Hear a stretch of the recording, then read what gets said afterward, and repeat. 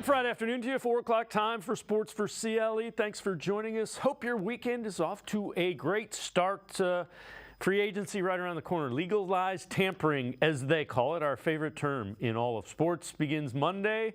They can do it Tuesday, then Wednesday, the beginning of the NFL's league year, where free agency and all those deals can become official at 4 o'clock Wednesday afternoon. Some news from the Browns today. Jedrick Wills has his contract restructured, not a surprise at all. It clears almost $10.5 million of cap space. But the ramifications of it, the move essentially locks Wills into Cleveland for the 2024 season. He will not be able to be traded due to his minimal base salary of just $1.125 million. That means the only amount they could move in a trade is that $1.125 million. $13 million would then be converted. That signing bonus, it would be dead cap space. So it means Browns are likely not going to do anything with Jed Wills, which isn't a surprise. Let's welcome in G. Bush, 92.3 The Fan, the barbershop, as well as the Ultimate Cleveland Sports Show. G. Bush, not a surprise at all. They were going to keep Jedrick Wills unless somebody overwhelmed them. They kind of probably gauged the trade market, and that isn't the way they're going. Shout out to the political season. Jeb Bush is one of the blue blood names in this country. But shout out to him. I'm putting everybody together. Jed Wills, listen, I would expect him to still be on this roster. And, he started off a little shaky last year. He was underwhelming the year before, especially for a top 10 pick. You look at guys who came out in that draft class with Jedrick Wills. And then, look at some of those other tackles that have been able to play well and do their thing and hit their second contract. And the name misses me, the guy down in Tampa Bay. But, for Jed Wills, I think this is a time for his contract year. Yep. If he plays very well, he hits the open market, does not have to have any of that stuff going on. But when you talk about it from Jed Wills' standpoint, if he is able to do his thing, if he is able to continue to ball out, I think Jed Wills is going to have himself an opportunity to play at the highest level and at the same time get another bite at the apple. I think for the Browns it makes sense. I've always talked about it from this standpoint. I think it was either one or two. We talk about one or two different draft picks and one or two what that means Jack Conklin or Jed Wills and the big guy DeJuan Jones. Those guys, you're looking to fill two positions at tackle for those. And so for me, I look at this situation as a great way to restock cap space and at the same time be able to secure a guy who's going to start for you in a contract year so he has an incentive to play well. Yeah, Tristan Wirfs is the guy you're talking about down in Tampa that was part of that with Becton and Andrew Thomas as well. I agree with you. And Jedrick Wills, he has a double whammy. He's coming after Joe Thomas, arguably one of the best tackles in a generation or more, and he was a 10th round pick. He has been an average left tackle before he got hurt last year. He was average, which, it's not what you expect from the 10th pick, but he's not as bad as Browns fans want to make him out to be. We know that, with free agency and the draft, this is the crazy season. So here's another report. So the Browns have talked to teams about dealing away a starting defender, and they're looking at cornerback in particular. They've been willing to trade one of their cornerbacks. We know this, G. Bush. Andrew Berry talks to everybody to find out what the market has. So the fact that they've talked about Greg Newsome or Denzel Ward or any other player doesn't mean they're necessarily going to trade him, but he's going to darn sure find out what the value is relative to the market. Yeah, and that's what you're supposed to do. That's the job description of a GM. You're supposed to find out what the what your going rate is for your starters. You're supposed to figure out and evaluate talent and figure out. And one of the big things is doing self-scouting. And the Browns have pretty much self-scouted themselves, and they know that they have a really good threesome back there. When you talk about Emerson, you talk about Denzel Ward, and you talk about Greg Newsome, and you also know what the going rate for is for two outside corners. And right now, Greg Newsome sees himself as an outside corner. I think most of the part of the league and a lot of part of the NFL outside of the Browns organization feel the same way. So if you've done your self-scout and you understand that Greg Newsome is a guy who you're not going to be able to give a contract to Denzel Ward, who you just restructured, you're not going to be able to come up and give another reach the big time deal for a going rate and a really good corner in Martin Emerson. So one of those guys is going to be left out. It looks like it's going to be Greg Newsome. So you would be good to find out what the market value is for him, and at the same time be able to say, listen, man, we like the market value from Greg Newsome. However, we're looking to package that out with something else to get something a little better if we don't like what we see in free agency. And so far, I've started even in my evaluation, started to look at more along the lines of trades rather than free agency because of some of the top names of the board. T. Higgins, Mike Evans is one of those guys who came off the board a little bit. Pittman is off the board. So now there's only 3 to 4, I would say 2 to 3, would say top flight bona fide guys that I think they should be able to look at wide receiver. So it'll be interesting to see what they do in terms of trade packages because Greg Newsome is one of the top names and one of the more tradable assets in the Browns organization and what they have right now. But I'd be happy to keep Greg Newsome. If the deals and the picks aren't right and the trade isn't good, I'd be just as happy to keep Greg Newsome and go into the season with a nice, strong trio in secondary. Yeah, and keep in mind, fifth-year option number is $13.1 million. That's an awful lot of money for a guy playing cornerback inside, that nickel corner. Outside, that's reasonable. Inside, that's pretty high. All right, Mike Florio, Chris Sims, talking about what a Joe Flacco return would mean for the Browns. I think it's a complicated question, though, because the Browns, they're all in with Deshaun Watson. I don't know that you want Joe Flacco hanging around on the sideline as Deshaun Watson is still trying to live up to that contract that creates extra pressure on him, as we were saying yesterday. Definitely. $46 million fully guaranteed each and every year. Right. This is the year that Deshaun Watson, if he's ever going to justify that deal, this is the year. Does it help or does it hurt? It helps to have the security. It helps to have somebody who can come in and play like Joe Flacco did. Does it help Deshaun Watson, though, to have Joe Flacco hanging around, especially if Watson struggles at any point in the season? Right. No, that's the $1 million question. It's the $1 million question, right? I asked GM Andrew Berry when we were at the Combine last week, was there a part of you that was a little bit like, I'm glad we didn't win another playoff game because the people in Cleveland might have been clamoring for, hey, why don't we just have Joe Flacco be the starter and do that? And now he gave us the right answer, and I believe said, hey, we're all in on Deshaun Watson and all that, which they should be. I get that, but they got to figure that out here. They do, right? They got to figure out too, where do they think the backup quarterbacks are that they have on the roster already? D. Bush, again, fans are already clamoring for Joe Flacco. It doesn't matter if you bring him back. The team I don't think is nearly as the guys in the locker room, my sense is they believe in what they saw with Deshaun Watson.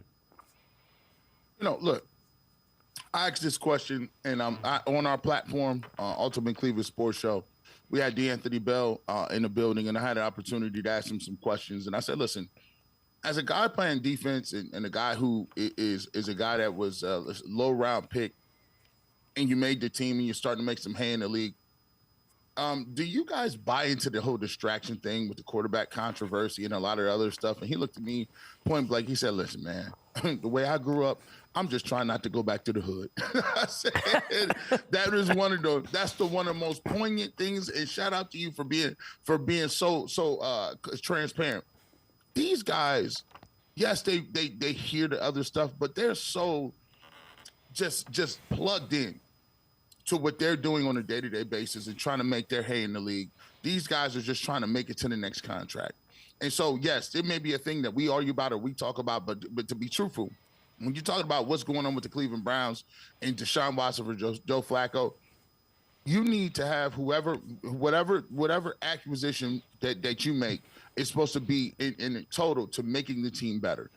And if you ask me, Deshaun Watson is a guy, but do I feel more comfortable with DTR as a backup or Joe Flacco? I'm going with Joe Flacco. If you got one game, don't think of it as Joe Flacco's going to come in it's his team and Deshaun Watson, this, that, and the third. If Deshaun Watson gets hurt during the year and you got a 4-game stretch that you're playing, you want the best opportunity to win those football games. You want to go 3-1 to get potential first round bye. You want to go 3-1 to get a home playoff game. You want to go 3-1 to make the playoffs. You need to do everything you can to do it. And Joe Flacco, listen, it sounds crazy. You know, you watch these movies and they said, oh, well, why didn't you, at the end of the movie when everything's going crazy, where's the emergency fail-safe button? Well, we didn't have one. We didn't think that this engine was going to ever fail out. It was one of the best engines we've ever built. Technology said, no, listen, we don't care. Where's the fail-safe button? You got to have a backup plan, especially when your engine is $230 million guaranteed. You get a backup button. Joe Flacco is the best fail-safe button in the game, and I like the fact that it's a little competition here. I like the fact that when he throws the ball, when Deshaun Watson comes into the game or comes into practice OTAs, he looks over to his left and says, man, that was a pretty football he threw. I better throw I'm in for one this today. I like that.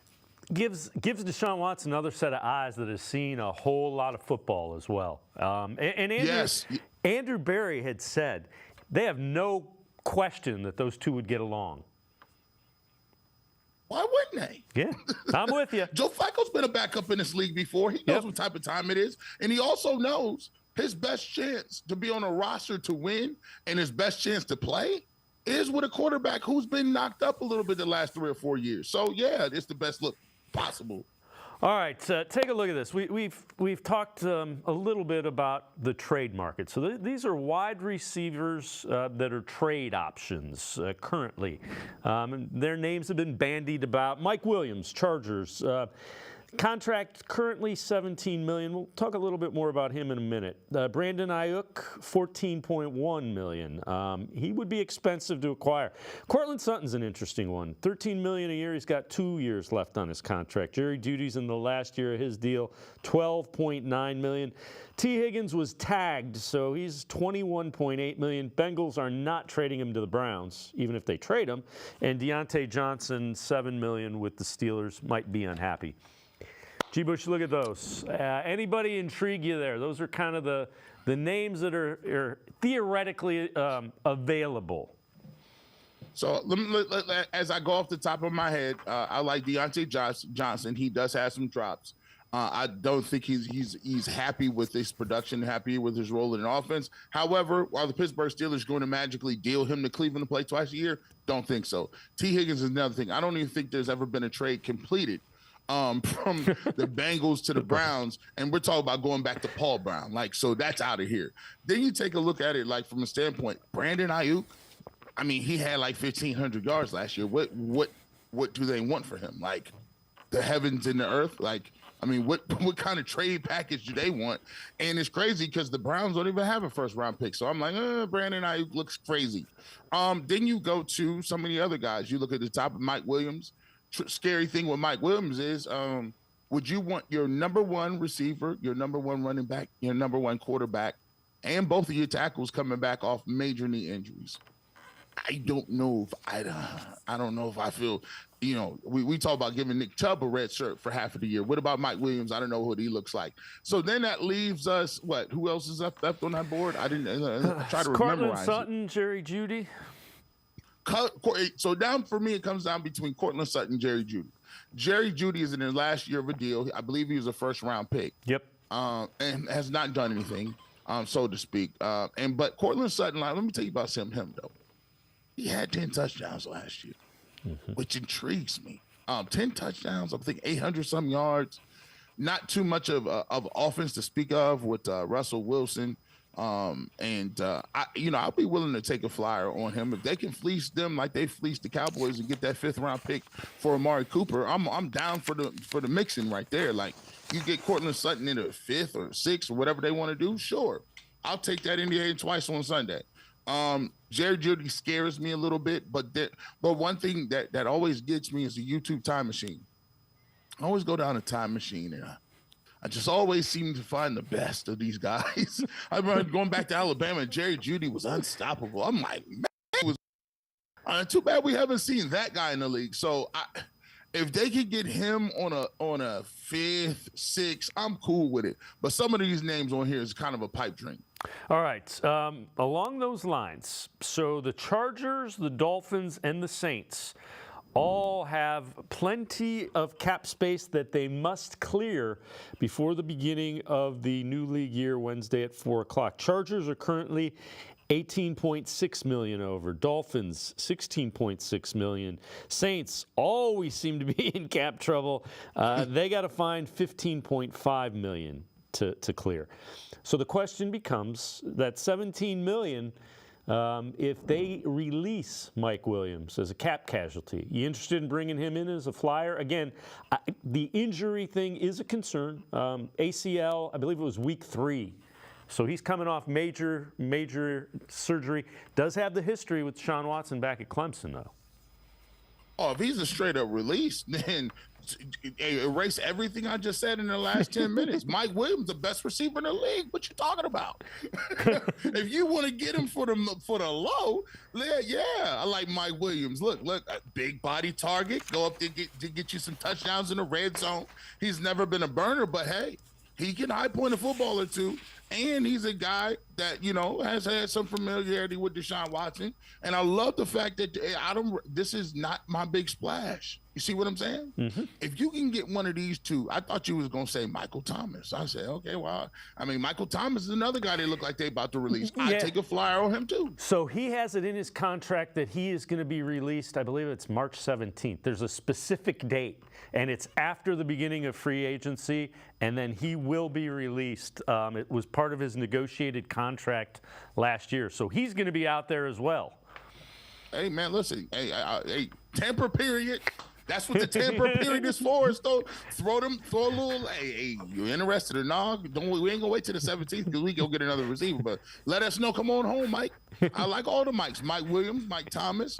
Look, you know what? I'm so excited about this free agency, period, because it's more action. We got guys that are gonna get cut.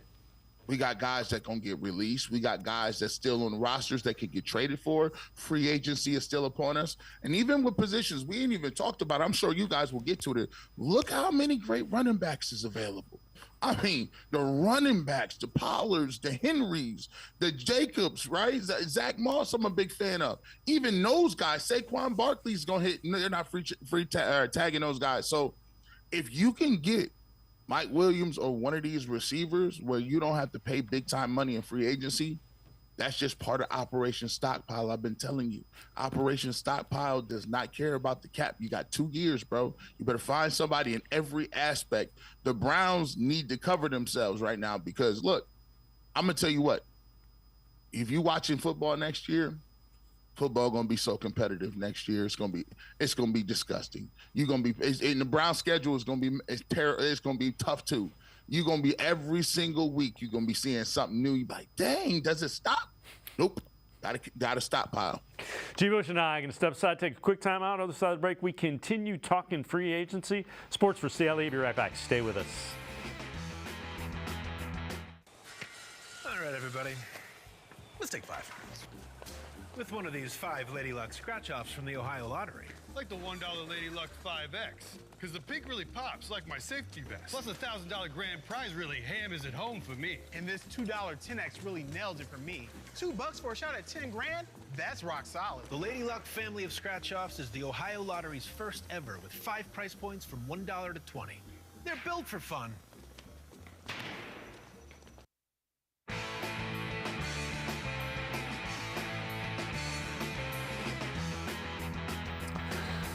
We continue talking Browns and free agency with G. Bush from 92.3 The Fan, the Barbershop, as well as the Ultimate Cleveland Sports Show. All right, this from Pro Football Focus. Non-quarterback free agents who could sign the biggest deals. They start with Christian Wilkins, contract projection 4 years, $100 million. He is a defensive tackle coming off his lowest graded season since 2020, still only 28. Jonathan Grenard, we heard his name quite a bit, played for the Texans.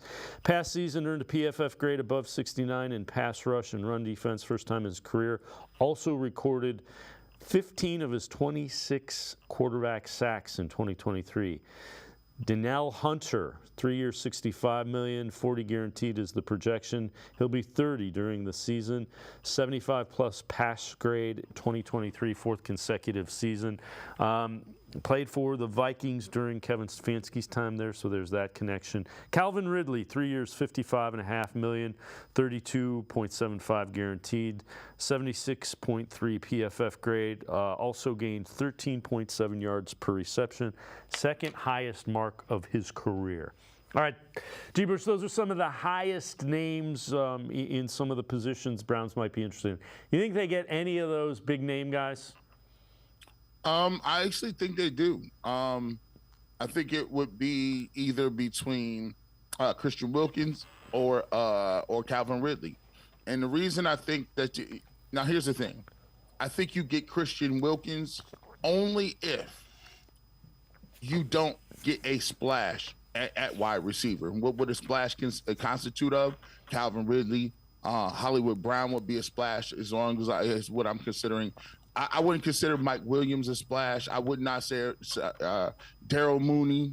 I would not consider him a splash either.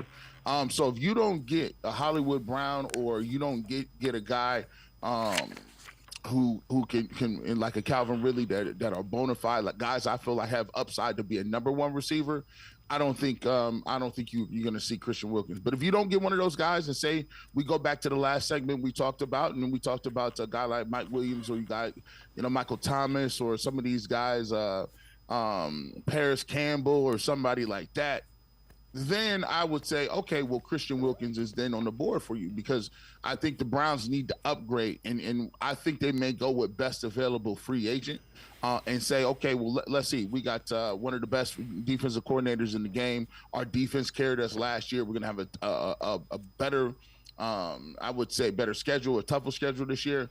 Let's go ahead and upgrade from a position of strength. So let's go Myles Garrett, Defensive Player of the Year, Christian Wilkins, who gives you the best opportunity. He's more of an upfield guy, pass rusher. I think the Dolphins didn't use him in that way enough. I think him, as far as getting off the ball and pressures, would be devastating. You got Tomlinson, and then you got Obo. You still got Alex Wright on the other end as well. And you probably could draft another guy as well too. Bring back Maurice Hurst maybe on a 1-year deal, and now you've upgraded your ability to get after the passer at the defensive tackle position. So I do see that. I would steer clear of Donnell Hunter. He's a little older. To me, he's an Alex Wright type. He's not a freak of nature. He doesn't have any crazy, like, oh man, his pass rush get off, or his move set or his bend isn't crazy. He's not a guy that really strip sacks a lot. So I could go with Alex Wright on that end, and Obo as well. All right, I'm going to give you the ability to get an ideal free agent class. Give me like 3 guys. If the Browns get these 3 guys, they're set there. They've done. Andrew Berry has had himself a free agent season if he gets these 3 guys. Okay, let's go with three guys. Let's go. First of all, I would love to get Hollywood Brown. I think he's going to get a 3-year deal. I think the money lines up well. If you can get him, I would go to at running back to Zach Moss. Zach Moss, you'll be able to get him 2-year deal, maybe $4-5 million is a guy that you can get out there. And then, let's see if we can go ahead and get a defensive tackle. I'm not going after, if I don't get Christian Wilkins, maybe you can swing a trade for Josh Allen, right? With the Commanders. And he's definitely does not want to play there and wants to win a championship. And then, if Christian Wilkins, is he going to demand that much money? If you can get him on a 3-year deal, not a 4-year deal, right? And be able to restructure a couple of deals, right? My goal is to get a running back that's going to be able to redshirt Nick Chubb for 6 weeks. That's going to be a starter.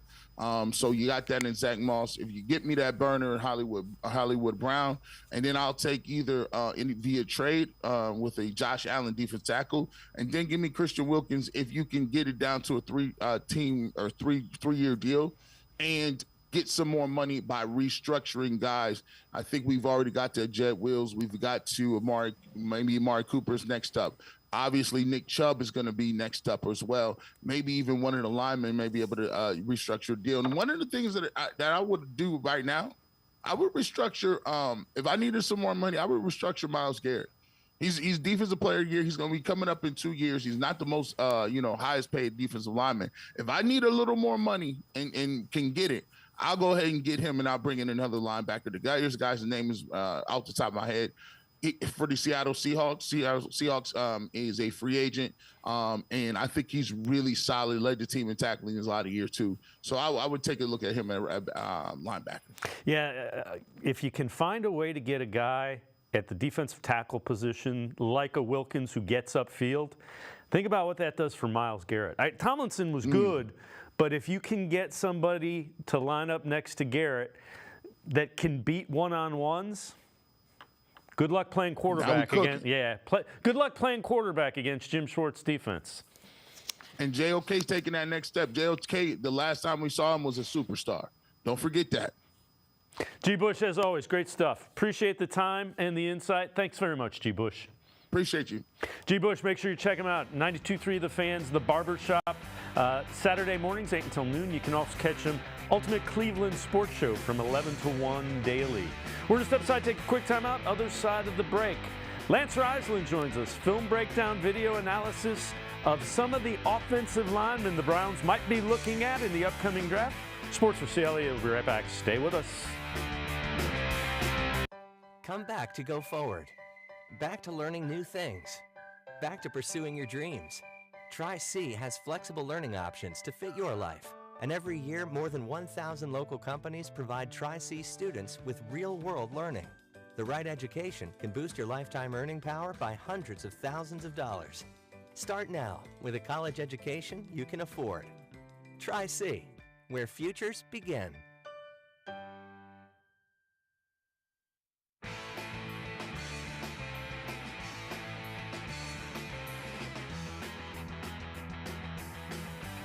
Sports4CLE continues. We continue talking Browns, free agency closing in. Draft will follow that.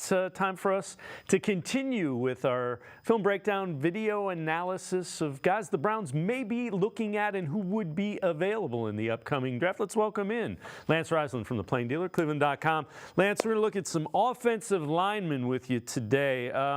We start with a big one. And again, these are all guys that could potentially be available when the Browns pick later in the second round. Tyler Guyton, 6'8", 322 pounds. What do you see with him? What do you like? Well, the good thing for the Browns is I think their two positions need receiver. They need a tackle. They need possibly some depth at defensive tackle. The tackle group is a very deep group. It's a very big group. It's a very athletic group. So first thing you're going to see here, he has great feet. So this is a pin and pull with the Browns run. Then you're going to see him. He's the right tackle up top, number 60. He's got really quick, active feet. He has the ability to move his feet in a small area. He can quick set. He can long set. I like his athletic ability, his ability to move in space, which is something you got to do with the Browns. You got to be able to not only pass protect, but get to the second level on their counter game. You got to be able to move in their zone game. This is a massive human being. So again, these first two guys fit in this DeJuan Jones where they can use their length to their advantage. And I think this guy's got a really bright future. He's part of a deep class. He's one of my favorites regardless, and I think he'd be a great fit on the Browns. Yeah, I do see in the notes you mentioned the 26 starts is all he has in college. That might be one of the reasons that he falls down into that second round because you just haven't seen him at the college level a whole lot. Yeah, and I really like it. It's different. I think guys can be found anywhere, but guys in the trenches, these guys in the Power 5, they seem to have an advantage when they get in the NFL. Obviously, the competition, and I think it's a day in day out grind. They have to go against these guys who are just elite pass rushers and guys coming off the edge and blitzers and things like that. So I just think these Power 5 guys had an advantage. And, for me, it's about in the NFL, it's about tread, right? So I think. Even though he's only got 26 starts, I think he's got a lot of tread left, and I think that's important as well. So another guy, the same basic mammoth size, Patrick Paul, 6'8", 331 pounds from Houston. What do you see with him, and what do you like? Well, you're gonna see left tackle here. So he is as big as it gets. He's as long as it gets. He's got the best. He got an 86 and 6/8 reach. So his span is just absolutely absurd. And he's got big hands. He's got long arms. He's really good at anchoring. Now, what he can do is he kind of falls into this DeJuan Jones again, where he can use his length to his advantage. What you're going to see here is that you're going to see he does some different things. So the first thing you see is pass set. He's not super traditional, but he's got great athletic ability. And then in this run play, he's going to torque this guy down. So he's able to use that length and create leverage in the run game to gain power. And then in pass protection, he just uses this massive frame. It's very similar to DeJuan Jones. And, and the Browns got to figure out, is Jed Wills their guy? What's going on with Conklin? But these massive guys, and DeJuan Jones, a guy you can learn from, they can do things differently. This is probably one of my favorite guys because his athleticism is off the charts. His length is off the charts. And I think if he gets in a good system, he could be a really, really good player quickly. And you mentioned left tackle didn't allow any sacks this year. And the 86, think about that for a minute. His wingspan is over 7 feet. 84 would be 7 feet. He has over a 7-foot wingspan. All right, next guy we're going to talk about is Nathan Thomas, 6'5", 322 pounds, from Louisiana Lafayette. Now, what you get out of these guys, so these last three guys, these are guys that have great frames and great upside. So, and I think the Browns do a really good job. So this Nathan Thomas, to me, he's been on the board from third round to a free agent. I kind of pick the guys I like on film. So this is the guy on film that does a lot of things well. He moves his feet very well. He's as good as anybody in the screen game. So he gets out and recognizes, which tells me he's a film guy because he understands who he's supposed to block and when. Louisiana Lafayette, being a smaller school, they do a great job on offense. So this guy is very well versed in zone, gap schemes, pass protection. Very big guy, very athletic guy. Again, very light feet in space. He gets to the second level very well. He's very good. He's very tough. So he kind of matches that. Where the first two guys are long, this guy kind of matches the guards of the Browns mentality. He's a tough guy. He wants to fight you in a phone booth. And he's a guy who matches the Browns mentality. Just a really good player on film. Some guys don't really like him. I like him on film. I base my stuff on film, and he's nasty on film, and I like him a lot. Well, you mentioned the screen game. That's something, if you can develop it, it usually takes time to develop, I guess, is the thought behind a screen game relative to an offensive lineman. Well, and you get what I see in a screen game is not only do I understand that, makes me understand that he knows what he's doing, but it tells me about his feet and his ability to be laterally quick, his ability to adjust to different guys coming inside and outside, his ability to pick up somebody who maybe not his responsibility. So it really shows your athleticism when you have to block on a screen to get out in space and block these smaller linebackers and corners and safety. So he does a really good job. I love his feet. I love his nastiness. I think he fits the Browns very well with his mentality. All right, so the next guy is Matt Goncalves, 6'6", 327 pounds, from the University of Pittsburgh. So here's an interesting thing. So this guy's not a combine guy. All his measurements are very, very average. He's right in the middle of the pack. What I like is he has great get off. So he gets off the ball faster than any of his offensive linemen and faster than any of the defensive linemen he's facing.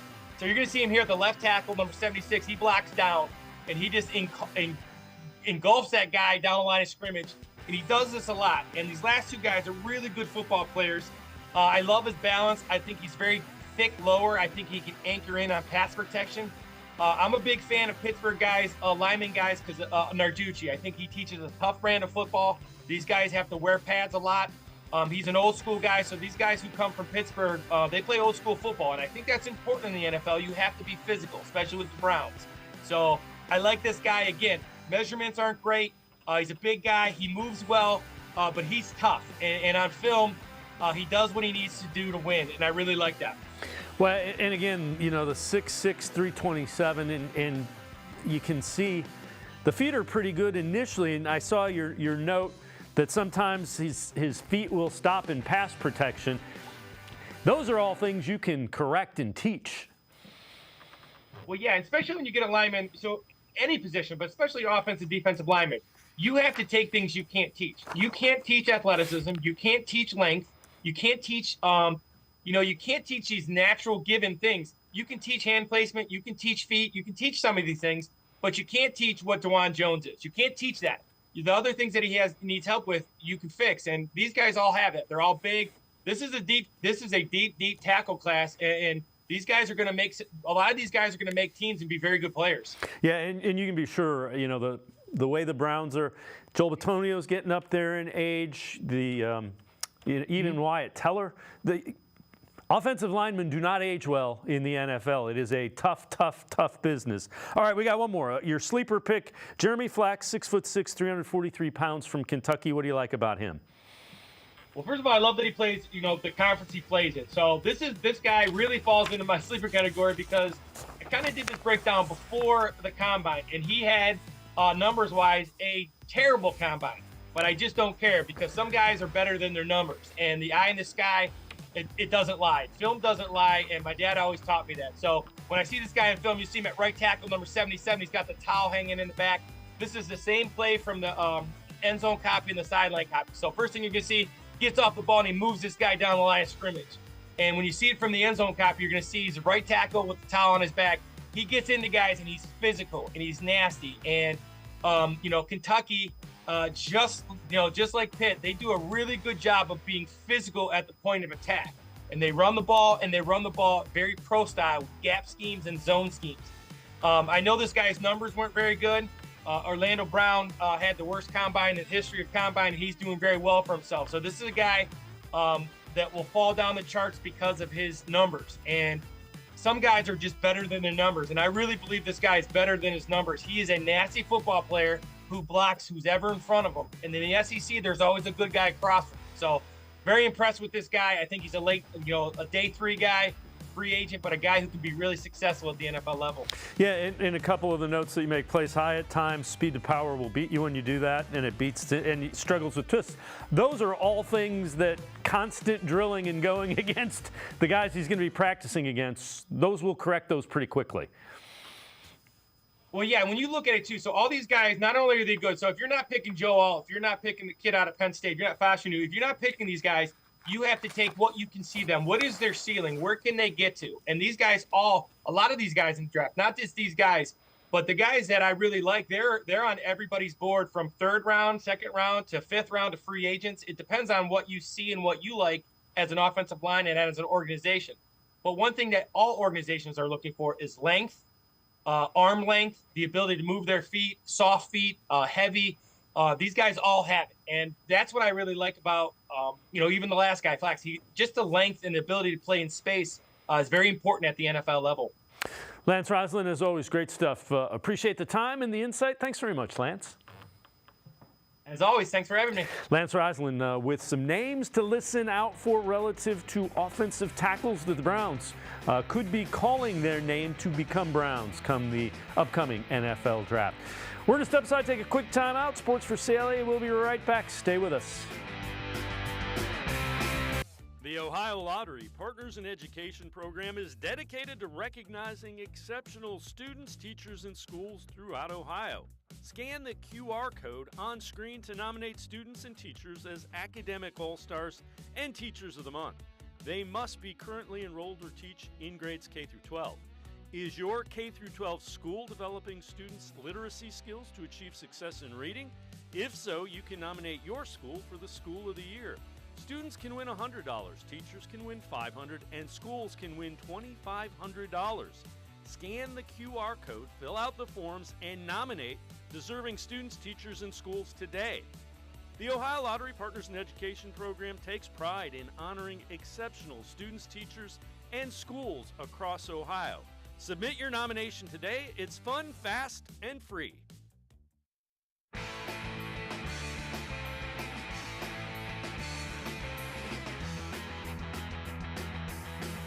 We continue talking Browns on Sports4CLE. Mentioned it a little bit earlier in the show. Browns have talked to teams about dealing away a starting defender, most notably Greg Newsome. So take a look at this. Trading away a top contender isn't ideal. Here's the reality of it, though. Newsome, probably the 3rd best cornerback on the Browns. 5th-year option is $13.7 million. That's up $9 million from his rookie deal the first 4 years of it. May 2nd is the deadline. So you have that, and to add to that, let's welcome in Brad Ward from the Orange and Brown Report, All Eyes on Cleveland podcast. Brad, he's playing inside. There's two things about that. Inside corners don't make anywhere near $13.7 million. Greg Newsome knows that, and he doesn't really want to play inside for that very reason. Yeah, since he made the move inside, he's fired his agent, right?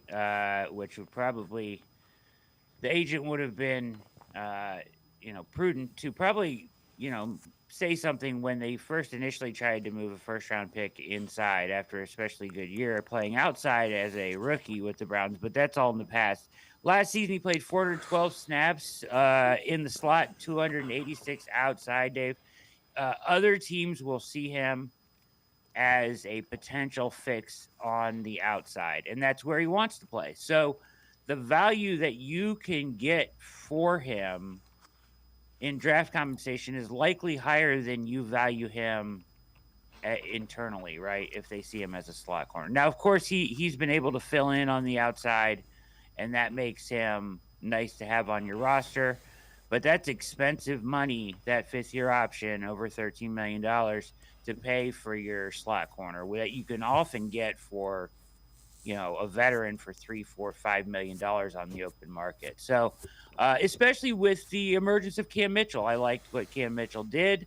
He showed the ability to move in and out a little bit, and especially played well on the interior when he was in there. And there are also a number of good nickel corners in this draft. The other thing is Martin Emerson is not a first-round pick. They don't have a fifth-year option on him. He's going to be coming up, getting a new contract a year sooner than you would if he was a first-round pick. So there's that. I know you wrote an article about it. Do you think they trade Greg Newsome? I do. I think that they want to move off of him. It's all about compensation. If they can get back what they think they should get, a third, maybe a second, depending on who it is, right? Maybe they get in talks of a more complicated deal that involves more moving pieces than that. You know that Andrew Berry likes to, kind of shift positions in the draft more than he does exchange picks. So we'll see what he does with this. But, any draft capital that they could gain in this draft would be very valuable, especially with their need to add weapons on the offense. And in a very talented wide receiver class, a second or a third would be extremely valuable. All right, so let's talk a little bit about that offense and how do you think, break it down a couple ways. How do you think they resolve the wide receiver position, adding to it, and then what's the approach at running back? Yeah, so wide receiver, I think that they have to, approach it two ways. I think that you need to hit it twice. Free agency doesn't do a whole lot for me, Dave. There's not much out there. There's a couple guys of interest if they are maybe DJ Shark, if he's cheap enough, right? He might be of interest. A Calvin Ridley, maybe. But I think he's going to be too expensive. You end up overpaying in free agency, just flat out usually. So I think trade is where we look for a wide receiver. There are a number of guys. I mean, the dream is Brandon Ayuk, although I don't think that's likely because they don't have a first to give up. I would do it in a second if they did. There's Cortland Sutton, Jerry Jeudy, Tyler Lockett, other names rumored to be on the block. And other guys are going to shake loose, Dave. So I think that trade is one way to attack it, and I think they definitely need to attack it at 54 in the draft. I really don't. I would be surprised if they didn't go wide receiver at 54. I feel like this draft class, there's 20 guys that are going to be productive right away in the NFL or can be. The Browns have missed on a couple thirds that haven't produced right away. I wouldn't say missed completely, but they didn't produce right away. Take it up around, take your shot on a second, keep swinging. There's a lot of talented guys in this draft. So I do think you have to approach it with two guys that you think can contribute to this room. They're missing a legitimate two. somehow they have to find a 2, and that would kind of slot everybody in properly. Yeah, and to your point, since 2010, they've only taken 3 swings in the second round or higher. And one of them was a supplemental where they got Josh Gordon, Greg Little, and then those were second round equivalents. And then the only first rounder was Corey Coleman, and he might have been so bad that they just took wide receiver off their board. Yeah, you can't give up completely, right? Despite your struggles with Corey Coleman and otherwise, right? Schwartz, I know he was later than that, but yeah, third. They've had their issues, right? With third round picks here, and then Bell. I haven't given up on David Bell, although he is less explosive or sudden than I even thought he would be. He looks a little stiff out there, although I do think he can move the chains and run some good routes. But Cedric Tillman, I still have high hopes for, despite, I still think he can be a really good player. So. I think that's fair. And David Bell is a 4th wide receiver on a playoff caliber team. You can get him in. He's not going to do enough that you want him on the field for more than 15, 20 snaps. Running back. They're going to do something with Nick Chubb's contract. My guess is they'll bring the number down to where it's pretty low, but he can earn back pretty much all the money that he would lose in incentives if he plays. I think they will do that for Nick Chubb. I totally agree. I think they will. I think they're going to slow play it a little bit, Dave, because of the medicals, right? Like, I don't know. We aren't privy to them, but I don't think they know yet. A definitive timeline, or as soon as they can get some sort of a ballpark timeline of his return, I think that's when we'll see movement on the contract aspect. But the Browns have to approach the running back position as if Nick Chubb doesn't exist, right? Like, because you can't count on him to be there for whatever week he comes back, right? Whether it be halfway through the season, week 4, week 1, doesn't matter. I think you have to approach this as though he isn't a part of the team, and when he comes back, it's a bonus. So I do think they need to add a running back. The nice thing is about this running back market, free agent market, I would look, is you have 4 guys that were tagged last year, Dave, not tagged this year. It dilutes that market a great deal. There are a number of running backs that are probably going to go very cheap that are good. A couple guys that jump off the page to me: Zach Moss, Devin Singletary, A.J. Dillon. More Moss and Dillon are the guys that kind of fit that Chubb mold. Yeah, and when you say Singletary and Moss, those are guys that you can draw parallels to. They've played for Ken Dorsey, the new offensive coordinator. Do you think they draft a running back as well? There's some interesting younger running backs that probably are going to be around in the 5th round. Yeah, I think that taking if there's a guy there they like that falls to them, I wouldn't be surprised if they take somebody and continue to kind of stockpile talent there, because you want to have cheap talent at running back. That's just the way you want to do it. So if you can get a guy on a rookie deal like Ford, or somebody that ends up being better than Ford or a different style that also is on a rookie deal, and you can get production out of them, then it's a big bonus for you. How do you think they approach the defensive line? That there's a lot of guys that left the one year deals who were fairly successful are all free agents. So it's very interesting, right? This Christian Wilkins stuff that's out there. Listen, like, I think he might get $25 million, Dave. I think he might, and that's crazy, right? The thing about Christian Wilkins is he's good pressure rate. He's an excellent player. I don't think he's worth $25 million. If it was 18 to 20, maybe the Browns show some interest. I know they've been linked to him. Here's the problem. You can take Shelby Harris and a Maurice Hurst, and it doesn't have to be those names. Insert player X, player B. That are also productive guys that each play 400 snaps, and replace his snaps and production in the aggregate for 1/4 of the price of that player. So it's hard for me to believe that they would go that direction, right? I think the most important piece along the defensive line is Zadarius Smith. Zadarius Smith's ability to move inside, outside, and kind of be the perfect Robin to Myles Garrett's Batman on the defensive line did so much for them on 3rd and pass, right? 3rd and long. situations where Okoronkwo is on the field and you can slide him inside. It just creates so many options for Schwartz that were successful. I think Za'Darius is a perfect fit in this defense, and I want him back if they can get him. Yeah, agree wholeheartedly, and I might be willing to do 2 years with him. Think about the year Myles Garrett had with Za'Darius Smith. He was the defensive player of the year the first year that this guy was his, 1A or 1B, however you want to describe it. So I tend to agree with you wholeheartedly. Brad Ward and I are going to step aside, take a quick time out. Other side of the break, we will continue talking free agency in the Browns. Worst case draft scenario for all 32 teams. We'll tell you what they think the Browns' worst case draft scenario is.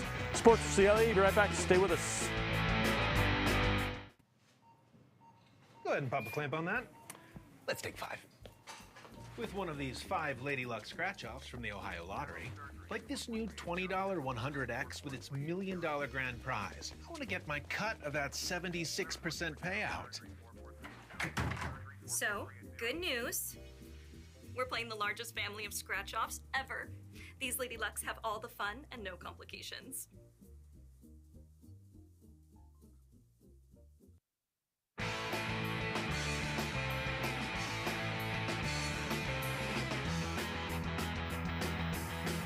We continue talking Browns with Brad Ward from the Orange and Brown Report, as well as the All Eyes on Cleveland podcast. This one from PFF, worst case draft scenario for all 32 NFL teams. For the Browns, failing to add good run defenders. Browns are fortunate that the thing they need to improve on defensively is the thing they can find later in the draft. Devondre Sweat, big name run stuffer to watch on day 2. But if they wait until day 3, someone like FAU's Evan Anderson could fit the bill. Brett, I agree they need to find younger run defenders. I think they got to find some young wide receivers to develop as well. I know you've got David Bell and you've got Cedric Tillman. If you went through, we've gone through a number of times, the people they have drafted at wide receiver. You got to start developing wide receivers. It's a passing league. 100%. And here's the issue with defensive tackle. And Sweat is a great name. Evans is a great name. Both are great fits for what they do. Sweat especially, and it's intriguing name, right? Like you would want to pull the trigger on somebody like that.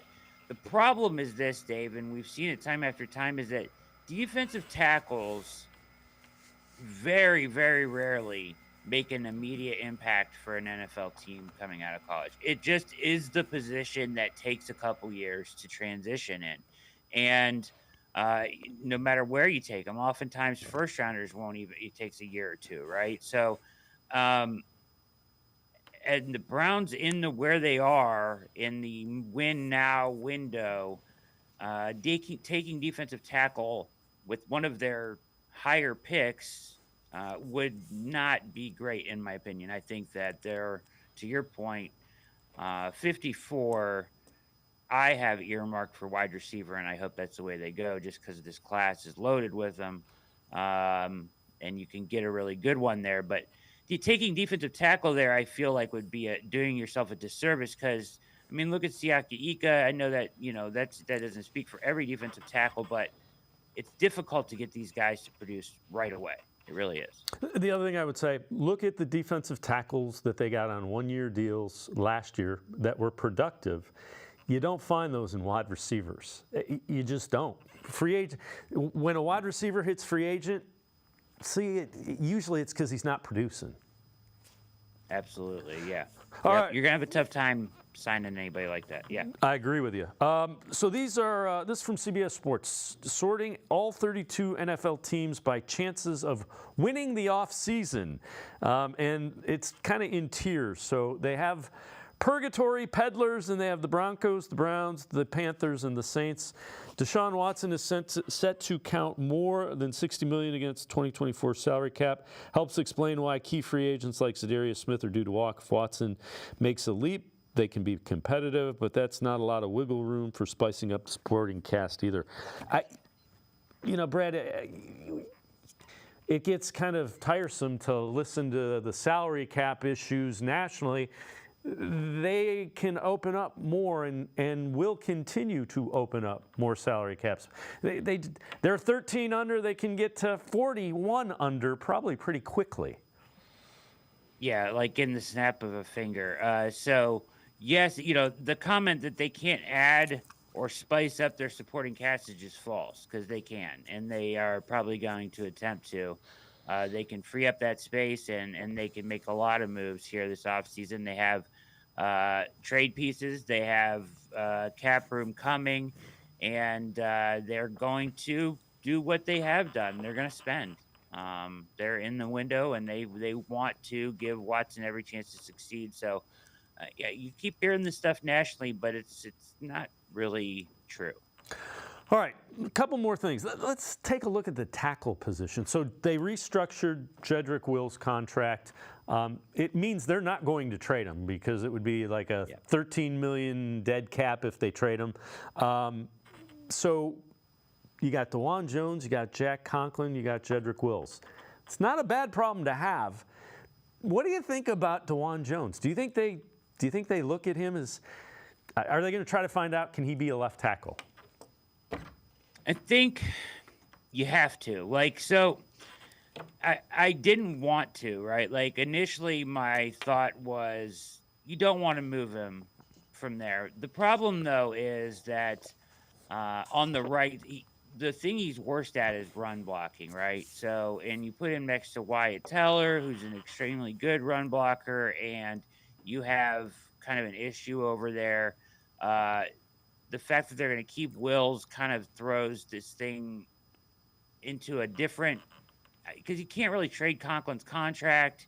I mean, you could chop it up and trade a portion of it, as Jack Duffin has talked about, but I don't think it's worth it to just get off of $5.5 million when you have a tackle like that. So I think you're going to end up with all three on the roster, which is really weird. But it does give you the opportunity, Dave, to use DeJuan as a swing tackle, or at least train him in that way. Although I do want to see him in the starting lineup, because I think he's maybe their best tackle, or at least second best tackle, if Conklin's truly healthy.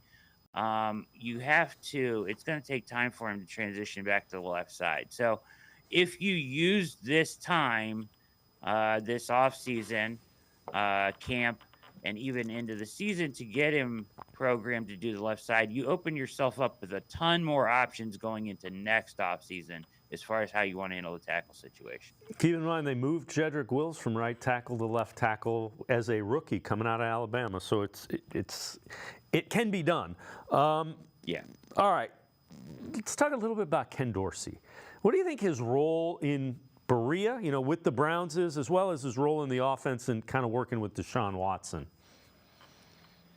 I think that he was hired mainly to help with the offense schematically, but also, I mean, his best success, Dave, has come as a quarterback's coach. And I'm not, that's not to demean his role here, but the key thing here is to find success for Deshaun. So, them going out to LA and meeting with him, he needs to foster a relationship with Deshaun similar to the ones that he had with Cam Newton and Josh Allen, and then be able to kind of be the liaison to the offense for Deshaun, right? So, getting honest, authentic feedback about what they're doing offensively and taking that to the creative, meeting rooms with Stefanski and Tommy Rees and Andy Dickerson, right, can be critical in making sure this offense fits exactly what they want it to do and to fit with Deshaun Watson. So I think his main purpose,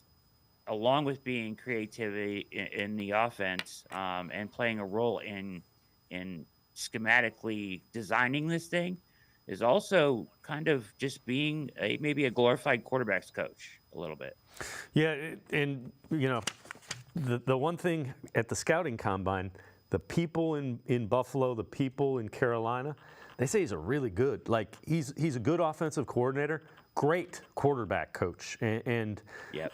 Think of the mechanical issues that Josh Allen had.